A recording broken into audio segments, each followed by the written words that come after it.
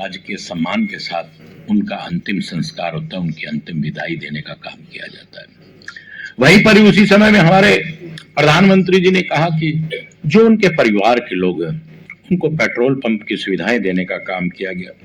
वहीं उनकी एक सोच थी सड़कों से सड़क के साथ जोड़ने का काम, नदियों को नदियों से जोड़ने का काम, और बीजेपी की वो कर्णधार भी रहे और वो पहले अध्यक्ष भी रहे। आज मेरे सामने काफी सभी अधिकारीगण बैठे, एक छोटा सा प्रसंग मुझे याद आता है। कई बार हमें काम अपने जज्बात से, अपने दिल से भी लेने होते हैं। कई बार हमें किसी की मदद करने के लिए रूलों को भी थोड़ा सा हटाना पड़ता है। मेरे पिता ब्रह्मलीन डॉक्टर हरिचंद मिड्डा जी कई बार मुझे बहुत सी बातें सुनाते थे, बहुत सी बातें समझाते थे। एक बार उन्होंने मुझे एक बात बताई जो मुझे आज याद आ रही है कि एक महिला जिसका बेटा बहुत बीमार हो गया, उसने अपने बेटे के इलाज में अपनी सारी पूंजी को लगा दिया। अब उसके पास कुछ पीतल के बर्तन बचे और पुराना समय था। डॉक्टर ने कहा कि इसके इलाज में 6 दरम लगेंगे, तो उसके लिए बड़ा मुश्किल था 6 दरम का इंतजाम करना। उस महिला ने अपने घर में 2-4 जो बर्तन बचे थे पीतल के, उन पीतल के बर्तनों को उठाया और बाजार में चली गई। बाजार में गई तो एक दुकान पे पहुंची, उस बर्तनों की कीमत लगवाने लगी तो उसने कहा कि 3 दरम इसकी कीमत है। दूसरी दुकान पर गई, वहां पर भी 3 दरम, तीसरी दुकान पर गई, वहां पर भी 3 दरम, और हर दुकान पे वो ये कहती कि मुझे मेरे बेटे के इलाज के लिए 6 दरम की आवश्यकता है, लेकिन 3 दरम से मेरा काम नहीं चलेगा। अगर दवाइयां मिल जाएंगी, उनकी कीमत 6 दरम है, अगर मिल जाएगी तो मेरा बेटा बच जाएगा। हर दुकान पे बाजार में गई तो किसी ने जब सुना तो एक ने कहा, माई है तो 3 दरम, लेकिन मैं तुमको 4 दरम दे दूंगा। उसने कहा कि 4 दरम से मेरा काम नहीं चलेगा, आंखों में आंसू और बहुत परेशान। अगली दुकान पर गई, वो जो लास्ट दुकानदार था जिसने कहा कि 4 दरम दूंगा, उसने कहा, माई अगर बाजार में 4 से ज्यादा मिले तो ले लेना, अगर 4 मिले तो वापिस मेरे पास लौट आना, फिर उसको वहां मत बेचना। वो व्यक्ति ने सोचा कि माई कहीं गड़बड़ कर सकती है, उसके पीछे चला गया।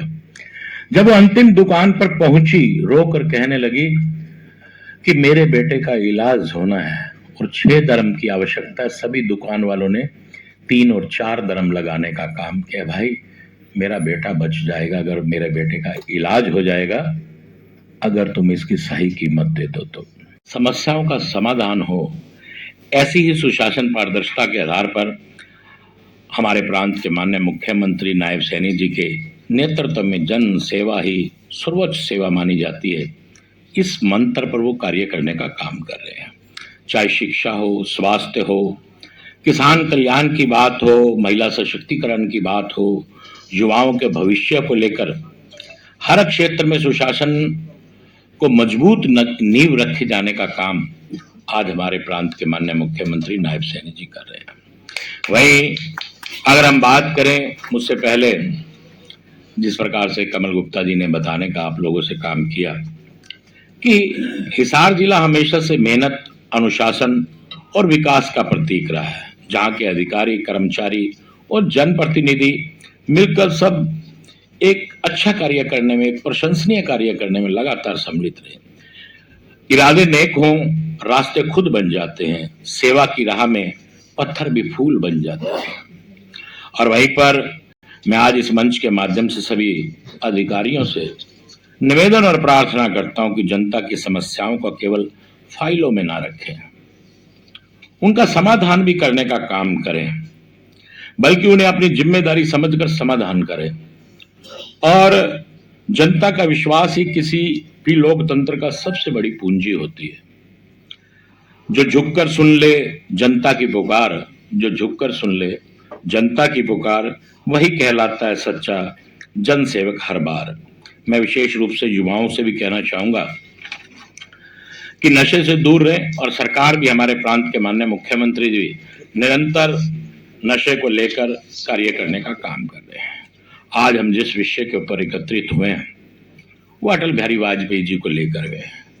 देखिए, पहले हम देखते थे कि किस प्रकार से जो हमारे देश के सैनिक बॉर्डर के ऊपर इस देश पर अपनी जान कुर्बान कर देते थे, तो वो अस्थियों के रूप में एक थैले में आते थे।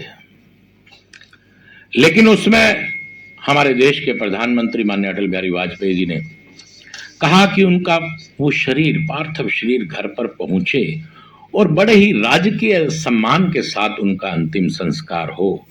इसकी शुरुआत माननीय अटल बिहारी वाजपेयी जी ने करने का काम किया। और आज आप देखते हैं कि जो हमारे देश की सीमाओं पर